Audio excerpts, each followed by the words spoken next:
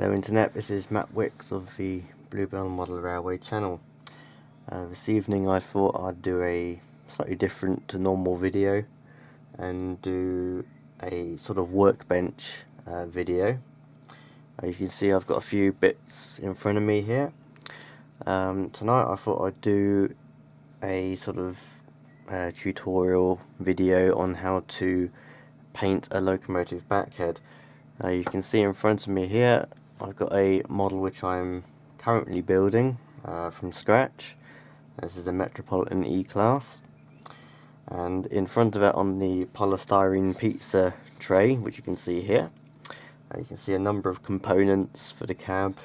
We have the handbrake, the regulator handle here, and also the reverser here, and most importantly the backhead.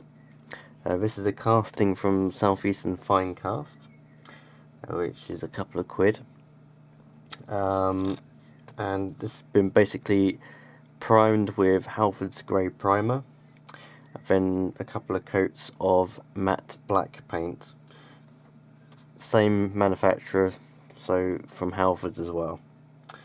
I'm going to take you through how I paint my backheads. Now, I've painted various backheads over the years, and I think the last one you probably saw was the Duke of Gloucester backhead, which is a Hornby model.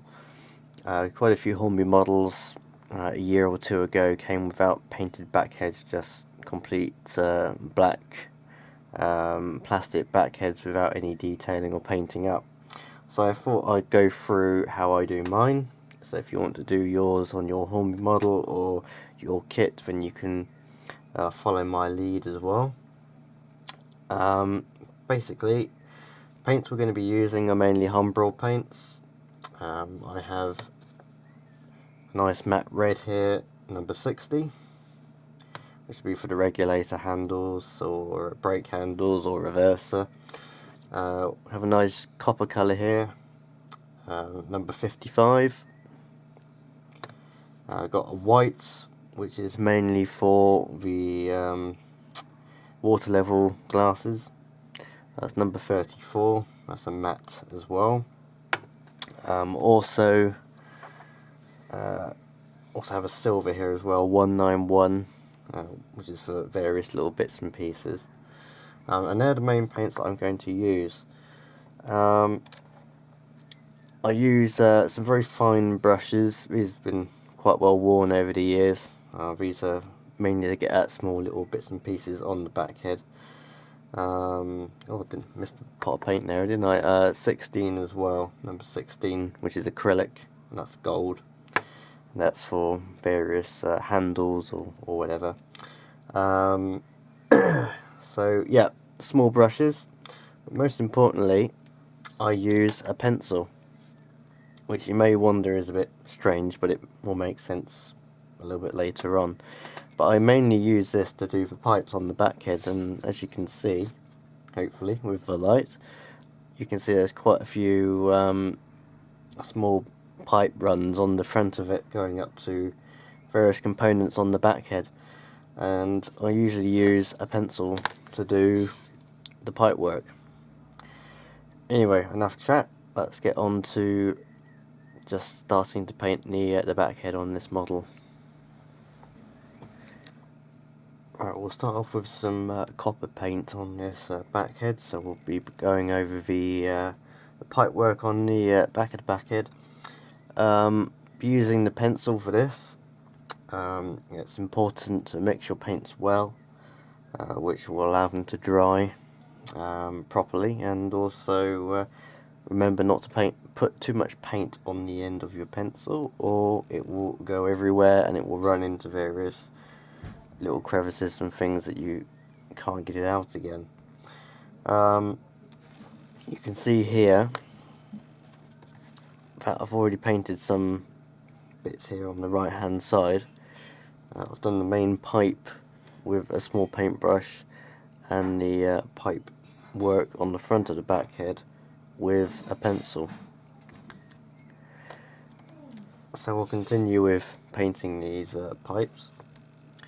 I won't show you the whole thing, or else it will run into the hours and hours and hours long. God knows how long it will be.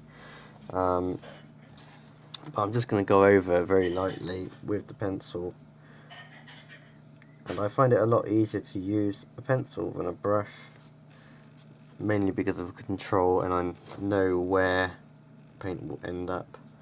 I also know where I want to put it.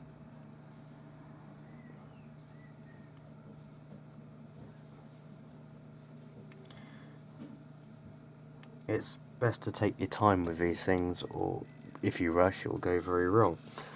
I mean, generally for me it would take a few hours to paint the whole backhead, and occasionally you want to do it in stages. So you may want to leave one bit to dry, and then come back to it another day and do the next bit. But generally it's all about time and taking your time to do the best job possible.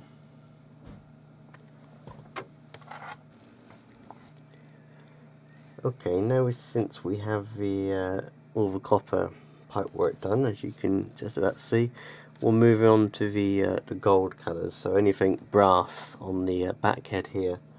So on top of the gauges and various, I guess the brake or injectors, or the handles on top of the boiler. For this we're using Humbrol acrylic gold number 16. You can just about see in there. There you go. I'm using basically a paintbrush for this, a small paintbrush, and I'll dilute it down in water so some of the black will come through. As if you look at the backhead of a locomotive, you'll notice it's all marked up, or it's a bit dirty, or whatever. So it doesn't have to be pure gold, just as long as it's got some colour to it. And I'll just go over the areas so you can basically see. So nice and light, and just cover it.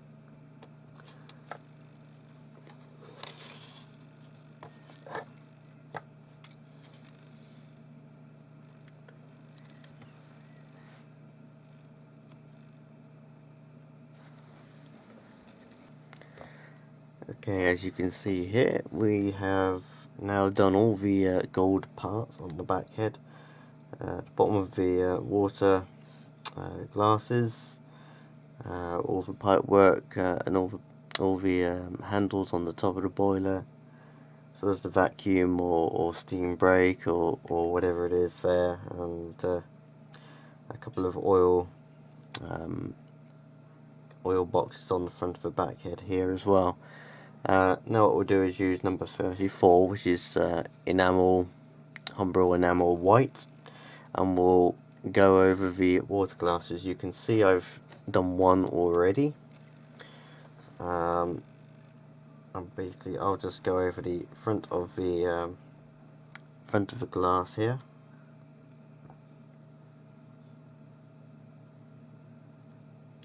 And what I do before it's fully dry is to take a craft knife, if you like, and just run the knife in a sort of a pattern to do the actual back of the glass where it has the black lines, so you can see the water slightly clearer.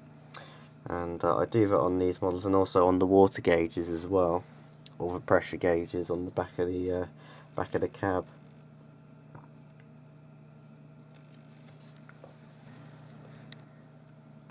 Alright, so I have now gone over the water glasses and also all the gold, brass areas and the copper areas.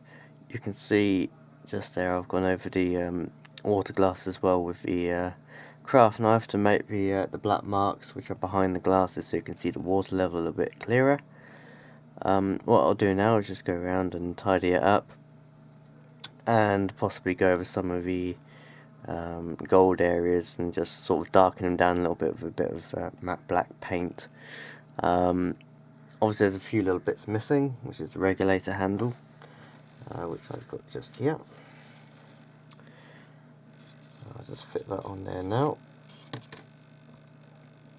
I still need to paint the end of the regulator lever silver, but you can see there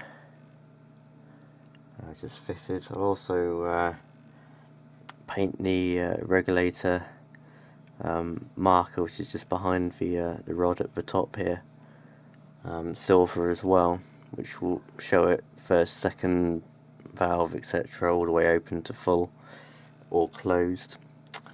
So I'll probably leave that in place when it's finished.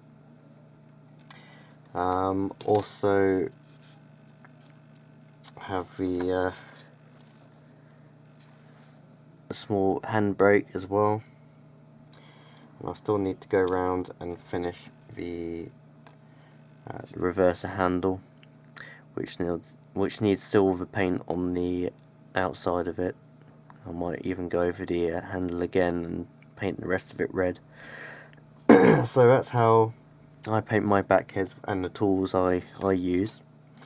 Hopefully you have found it of use for video, and I hope it gives some of you a little bit of help and a hand on how to do this little exercise and how to bring a little bit more detail to your models.